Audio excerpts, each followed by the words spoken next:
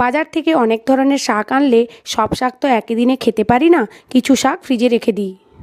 আমি ফ্রিজে এমনভাবে শাক রাখি, আমার 15 থেকে 20 দিন শাকগুলো খুব সুন্দর থাকে, কিছুই হয় না, একেবারে ফ্রেশই থাকে। শাকগুলোকে ফ্রিজে ভালোভাবে রাখার জন্য আমি একটি প্লাস্টিকের বক্স নিয়েছি।